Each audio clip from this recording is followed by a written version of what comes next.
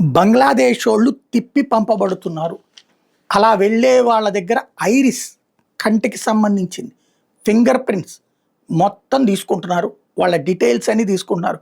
బంగ్లాదేశ్లో ఏ ప్రాంతంలో ఏ ఇంట్లో ఏ అడ్రస్లో ఉండేవాళ్ళు ఎందుకు ఇక్కడికి వచ్చారు, వచ్చినటువంటి సందర్భంలో ఇక్కడ ఎవరి దగ్గర నుండి ఏ కార్డులు తీసుకున్నారు, ఆధార్ ఉందా, రేషన్ కార్డు ఉందా, బ్యాంక్ పాస్బుక్ ఉందా, పాస్పోర్ట్ ఉందా, ఇవన్నీ తీసుకుని ఆ తర్వాత తిప్పి వాళ్ళ దేశానికి పంపిస్తున్నారు.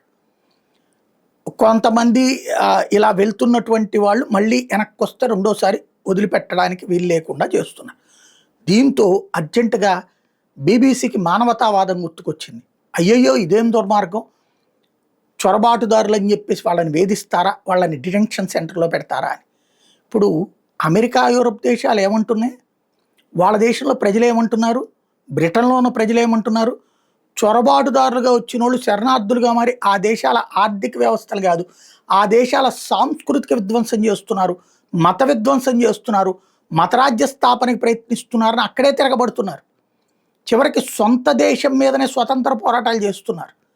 కాబట్టి స్వతంత్ర పోరాటాలు ఏనాడో చేసిన భారతదేశానికి ఏం చేయాలో తెలుసు. బ్రిటిషోడి మానసపుత్రిక కాదు, బ్రిటిషోడి పుత్రిక అయినటువంటి బీబీసీ అనవసరపు రెచ్చగొట్టుడు వ్యవహారాలు మానేసుకోవడం బెటర్.